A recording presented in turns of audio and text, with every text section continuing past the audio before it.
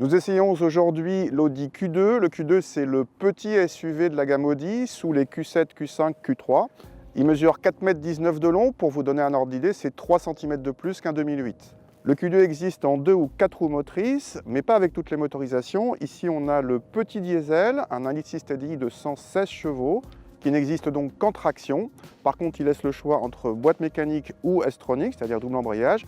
Et il donne accès à tous les niveaux de finition de la gamme, ce qui lui permet de monter à des prix assez ahurissants, mais ça, on va y revenir tout à l'heure. L'intérieur est la partie où le Q2 laisse la concurrence derrière.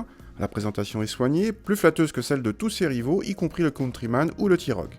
La sellerie cuir est ici en série, mais les options sont légion, avec ici les inserts décoratifs rétro-éclairés ou le Virtual Cockpit. À l'arrière, pas de banquette coulissante, mais une habitabilité sans être la plus généreuse de la catégorie permet d'accueillir sans problème 2 adultes.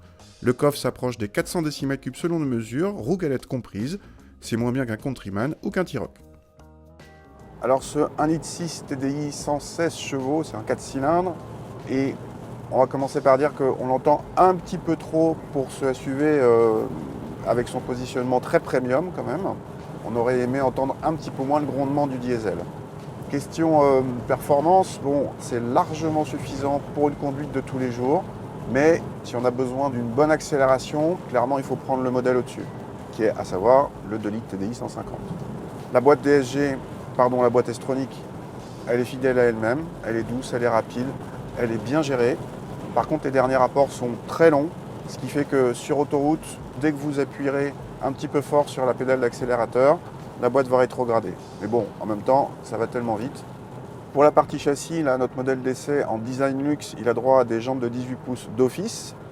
Et dans cette configuration, la voiture est assez dynamique, c'est assez plaisant, même pour un petit SUV. Par contre, au niveau confort, bon, c'est pas trop ça.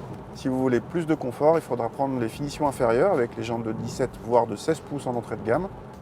Descendre en niveau de finition vous permettra au passage de faire baisser l'addition, qui monte au tarif astronomique de 38 000 € hors option pour notre modèle d'essai.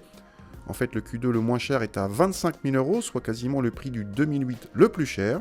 Certes, ce Q2 est beaucoup plus flatteur et donne accès à plus d'équipements high-tech, mais 38 000 € pour un petit SUV avec le petit bloc diesel de 116 chevaux, ça fait vraiment très très cher. Même le Countryman est moins cher. La qualité la plus marquante de ce Q2, c'est facile, c'est la qualité de présentation intérieure, vraiment au-dessus du lot.